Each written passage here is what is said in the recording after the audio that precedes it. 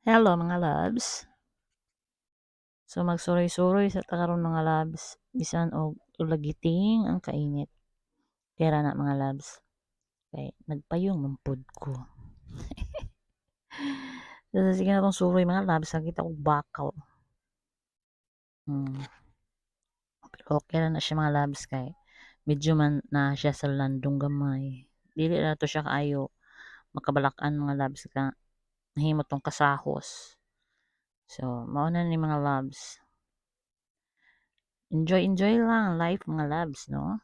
Sa tapadulong, enjoy life. We're going to enjoy the goodness of God in our lives. No, dili ta sige reklamo. Kada kuan reklamo. Sige reklamo. Kasumo ba? Kakapoy ba na paminawon mga loves, no?